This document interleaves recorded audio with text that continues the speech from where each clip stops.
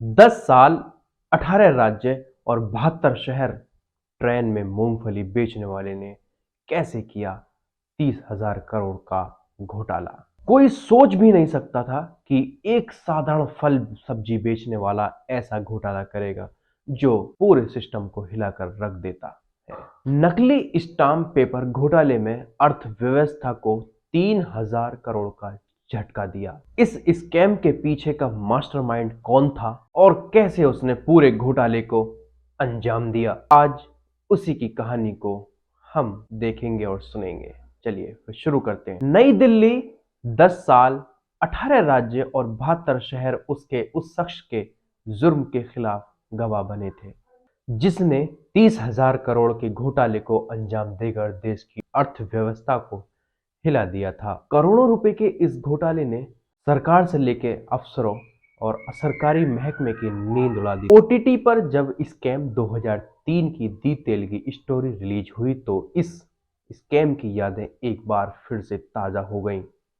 नकली stamp paper का घोटाला जिसने भारतीय अर्थव्यवस्था को 30,000 करोड़ रुपए से भी अधिक का झटका दिया था।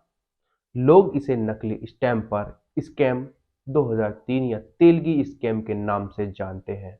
देश के सबसे बड़े स्कैम में से एक तेलगी नकली स्टाम्प पेपर घोटाले की पूरी कहानी। साल 1992 में शेयर बाजार में 5,000 करोड़ रुपए का स्कैम हुआ जिसका मास्टरमाइंड था हर्षद मेहता। इस घोटाले के एक दशक बाद तेलगी के 30,000 करोड़ रुपए के स्कैम का फंडाफोड़ हुआ। तेलगी के नकली स्टैम्प पेपर का कारनामा 90 के दशक से ही जारी थी। उसके साथ कई बड़े नाम शामिल थे। जानकर हैरानी होगी कि बी.कॉम पास अब्दुल करीम तेलगी ने ऐसा घोटाला किया जिसने अर्थव्यवस्था को ही हिलाकर रख दिया। कर्नाटक के एक छोटे से गांव खानपुर के रहने वाले अब्दुल करीम तेलगी के पिता रेलवे में और मां हाउसवाइफ थी। 3 भाई बहनों का बचपन अभावों में बीता।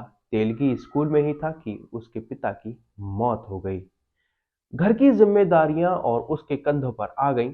पढ़ाई के साथ साथ उसने फल सब्जी बेचने का काम शुरू किया। ट्रेन में मूंगफली बेचा करता था। किसी तरह से उसने बीकॉम की पढ़ाई पूरी की लेकिन नौकरी नहीं मिली। एक दिन ट्रेन में मूंगफली बेचते हुए उसकी मुलाकात मुंबई के एक सेठ से हुई। सेठ ने उसे मुंबई आने को कहा।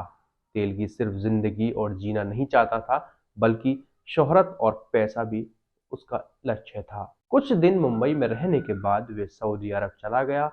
7 साल वहां रहने के बाद वापस लौट आया। मुंबई वापस आने के बाद तेलगी ने ट्रेवल एजेंट का काम शुरू कर दिया। लोगों को सऊदी अरब भेजने के लिए वो नकली डॉक्यूमेंट्स और स्टाम्प पेपर बनाया करता था। यहीं से उसे फेक स्टैम्प पेपर बनाने की लत लग गई। अपने गलत कामों की वजह से वो साल 1993 में इमिग्रेशन अथॉरिटी के हाथ लग गया। साल 1994 में सोनी के साथ काम करते हुए तेलगी ने अपनी पहचान के दम पर स्टाम्प वेंडर का लाइसेंस ले लिया। इसके बाद दोनों ने मिलकर कई जाली स्टाम्प पेपर्स तैयार किए। 1992 में हर्षद मेहता स्कैम के चलते स्टाम्प पेपर की कमी हो गई थी। ये मौका तेलगी के लिए किस्मत चमकाने वाला हो गया। तेलगी ने फर्जी स्टाम्प से पैसा कमाना शुरू कर दिया। हालांकि 7 साल 1995 में दोनों की दोस्ती टूट गई और सोनी तेलगी से अलग हो गया। फर्जी स्टाम्प बनाने के चक्कर में तेलगी का स्टाम्प लाइसेंस भी कैंसिल हो गया। लाइसेंस भले कैंसिल हो गया हो लेकिन तेलगी जानता था कि उसे फर्जी स्टाम्प से पैसा कैसे कमाना है। साल 1996 में तेलगी ने 300 एमबीए को नौकरी पर रखा और मिंट रोड पर अपनी प्रेस खोली। तेलगी ने नासिक के इंडियन सिक्योरिटी प्रेस के पुराने और खारिज हो चुकी मशीनें खरीद ली। तेलगी ने महाराष्ट्र, कर्नाटक, राजस्थान समेत देश के 70 शहरों में नकली स्टाम्प पेपर भी बेचे।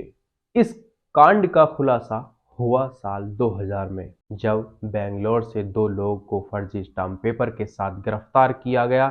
इन स्टाम्प पेपर्स का लिंक तेलगी से जोड़ा गया। साल 2001 में तेलगी को अजमेर से गिरफ्तार कर लिया गया।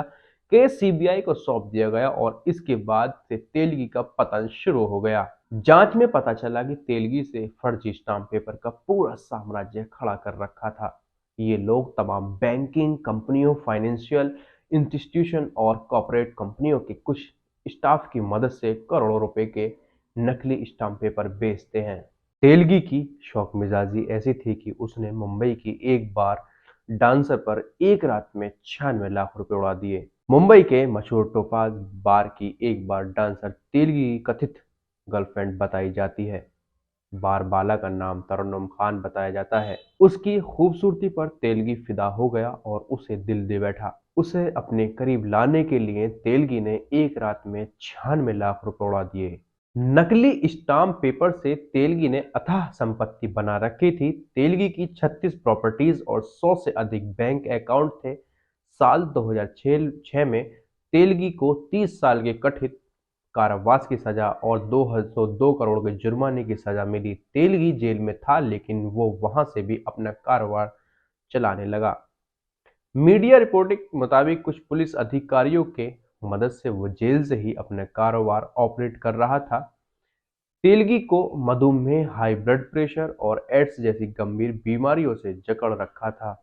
2017 में मल्टीपल ऑर्गन फेलियर की वजह से उसकी मौत हो गई।